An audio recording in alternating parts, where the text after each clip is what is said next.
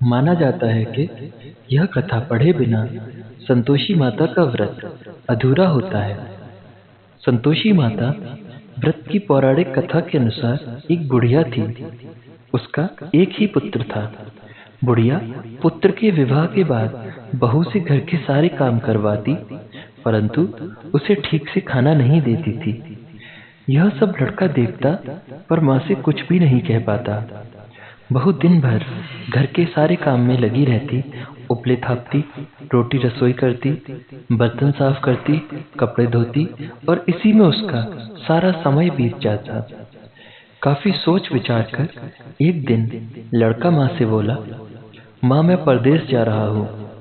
माँ को बेटे की बात पसंद आ गई तथा उसे जाने की आज्ञा दे दी। इसके बाद वह अपनी पत्नी के पास जाकर बोला, मैं परदेश जा रहा हूँ, अपनी कुछ निशानी दे दो।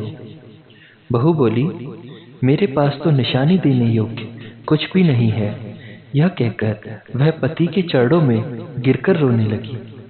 इससे पति के जूतों पर गोबर से सने हाथों से छाप बन गई। पुत्र के जाने के बाद सास के अत्याचार बढ़ते गए।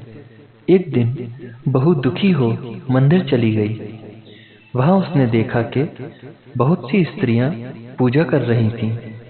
उसने स्त्रियों से व्रत के बारे में जानकारी ली तो वे बोली कि हम संतोषी माता का व्रत कर रही हैं। इससे सभी प्रकार के कष्टों का नाश होता है। स्त्रियों ने बताया, शुक्रवार को नहा धोकर एक लोटे में शुद्ध जल लें, गुड़ चने का प्रसाद लेना तथा सच्चे मन से माँ का पूजन करना चाहिए। खटाई भूल कर भी मत खाना और ना ही किसी को देना। एक वक्त भोजन करना। व्रत विधान सुनकर अब वह प्रति शुक्रवार को संयम से व्रत करने लगी। माता की कृपा से कुछ दिनों में पति का पत्र आ गया। कुछ दिनों बाद पैसा भी आ गया। उसने प्रसन्न मन से फिर व्रत किया और मंदिर में जा अन्य स्त्रियों से बोली, संतोषी माँ की कृपा से हमें पति का पत्र तथा रुपया प्राप्त हुआ है। अन्य सभी स्त्रियां भी श्रद्धा से व्रत करने लगी। बहू ने कहा, हे माँ, जब मेरा पति घर आ जाएगा तो मैं तुम्हारे व्रत का उद्यापन करूंगी। अब एक रात संतोषी माँ ने उसके पति को स्वप्न दिया और कहा कि तुम अपने घर क्यों नहीं जाते।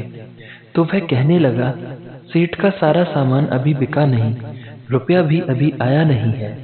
उसने सेठ को स्वप्न की सारी बात कही तथा घर जाने की इजाजत मांगी, पर सेठ ने इनकार कर दिया।